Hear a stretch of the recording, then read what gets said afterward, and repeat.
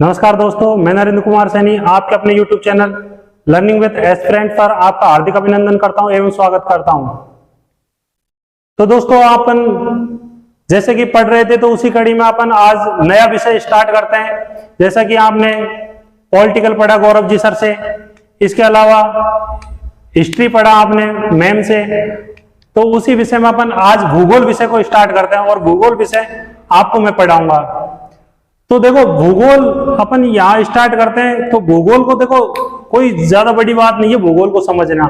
जैसे कि अपन भूगोल विषय को अपन स्टार्ट करते हैं, चलो पहले तो मैं आपको थोड़ा बेसिक इसके बारे में बताता हूं। जैसे अपन भूगोल लिखते हैं, जैसे कि नाम से स्पष्ट होता है भूगोल अर्थात भूमि गोल है। ये ऐसा कहां लिखा हुआ है? भूमि गोल है, ऐसा हमारा लिखा हुआ है पौराणिक ग्रंथों में। कहां लिखा हुआ है? पौराणिक ग्रंथों में।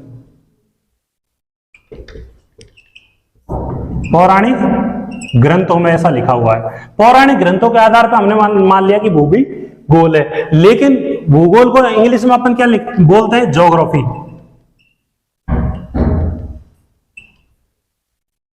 ज्योग्राफी। अब ये ज्योग्राफी शब्द है, इसका हम विश्लेषण करते हैं कि चलो हमने हिंदी वर्ड को तो देख लिया कि भूमि गोल है, भू प्लस गोल, इसको तो हमने देख लिया कि पौराणिक ग्रंथों में ऐसा लिखा हुआ है, इसलिए इसको भूगोल बोलते हैं। लेकिन अब अपन इसके इंग्लिश शब्द के ऊपर जाते हैं। तो इंग्लिश शब्द दो शब्दों से मिलकर बना है। कौन कौन से शब्द है? जियो प्लस ग्राफी। जियो प्लस ग्राफी। अब इन दोनों शब्दों का अर्थ क्या है? जैसे जियो शब्द का अर्थ होता है पृथ्वी का तल। क्या अर्थ होता है इसका? पृथ्वी का तल, पृथ्वी का तल। और ग्राफी शब्द का अर्थ क्या होता है? ग्राफी शब्द का अर्थ होता है अध्ययन करना, वर्णन करना या चित्रण करना। कुछ भी अर्थ ले सकते हो अपन। अध्ययन करना, वर्णन करना या फिर चित्रण करना। अलग अलग जगह इनका अलग अलग वर्णन किया जाता है। जैसे हम अगर कोई किसी विषय के बारे में अगर हम रीड कर रहे हैं या फिर कोई बहुत ज्यादा विस्तृत रूप से उसके बारे में जानकारी प्राप्त कर रहे हैं, तो उसका अध्ययन करेंगे या फिर वर्णन करेंगे। या फिर हम किसी नक्शे को या फिर किसी दृश्य को, जैसे पहाड़, पर्वत, पठार, नदी, नाले, इनके बारे में पढ़ेंगे तो उसका चित्रण बनाएंगे हम। उसका अध्ययन नहीं करेंगे, वर्णन नहीं करेंगे, उसका चित्रण करेंगे। चित्रण के माध्यम से अध्ययन और वर्णन करना पड़ेगा। इसलिए जियो प्लस ग्राफी दो शब्दों का इसका अर्थ हो गया। चलो आगे चलते हैं अपन। अब ये पृथ्वी है, ये भूगोल है। अब भूगोल में क्या क्या आता है? भूगोल में सिर्फ हमारी पृथ्वी नहीं आती, इसमें संपूर्ण ब्रह्मांड आता है। क्या आता है दोस्तों? संपूर्ण ब्रह्मांड। क्योंकि संपूर्ण ब्रह्मांड के अंदर ही एक हमारी पृथ्वी स्थित है। तो हम ब्रह्मांड शब्द के बारे में देखते हैं। अब किसके बारे में देखते हैं? ब्रह्मांड।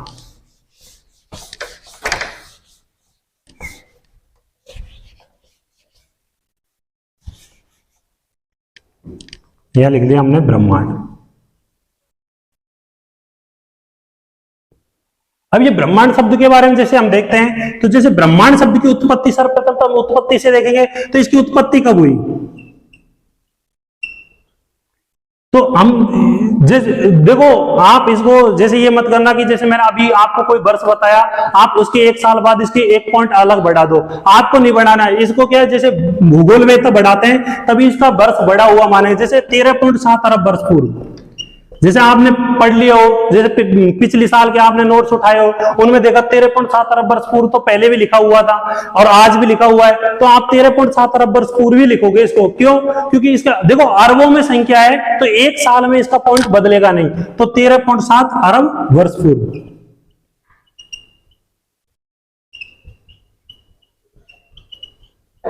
ठीक है, ब्रह्मांड की उत्पत्ति हुई।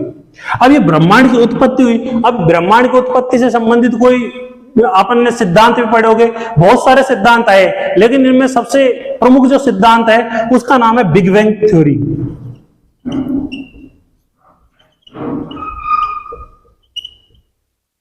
Big bang theory.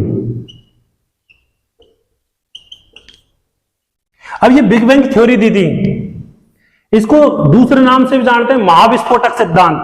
Big bang theory या महाविस्फोटक सिद्धांत। अच्छा, इसको देने वाले का नाम क्या है? इसका देने वाले का नाम है लिमेटर या लिमेत्र। लिमेटर या लिमेटर,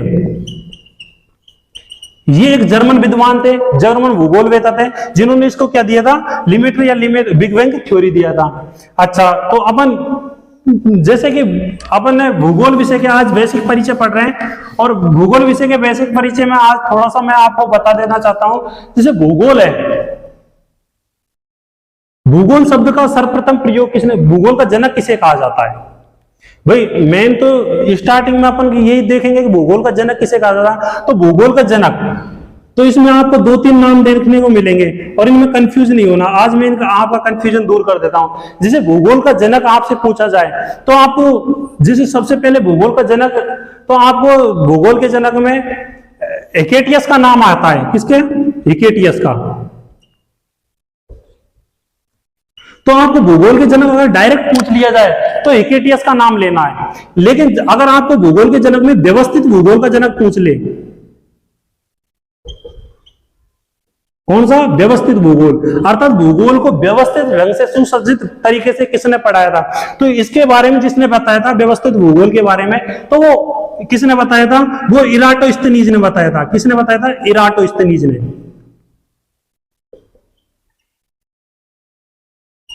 इस शब्द के बारे में किसने बताया था? इराटोस्थेनीज ने। अब जैसे भूगोल का इतिहास भी रहता है, प्राचीन काल से वर्तमान तक पर्वत, पठार, नदियां, नाले ऐसे कैसे चला रहे हैं, तो इसको भूगोल में जैसे इतिहास का जनक आपने हेरोडोटस पढ़ा है ना, उसी प्रकार इसमें भूगोल के ऐतिहासिक जनक, तो भूगोल के जो ऐतिहासिक जनक है वो इतिहास के जनक हेरोडोटस है। उसी प्रकार भूगोल के ऐतिहासिक जनक भी हेरोडोटस को ही माना जाता है। किसको माना जाता है? हेरोडोटस को,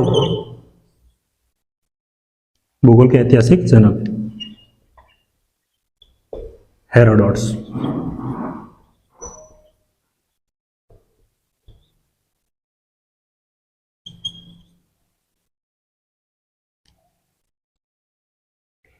तो देखो, जैसे हमने भूगोल, अभी हमने क्या भूगोल का बेसिक परिचय पढ़ा था। भूगोल क्या है, भूगोल शब्द का अर्थ क्या है, इंग्लिश में से ज्योग्राफी कहते हैं। ज्योग्राफी किन 2 शब्दों से मिलकर बना है, और जियो प्लस ग्राफी, जियो का अर्थ क्या होता है, ग्राफी का अर्थ क्या होता है।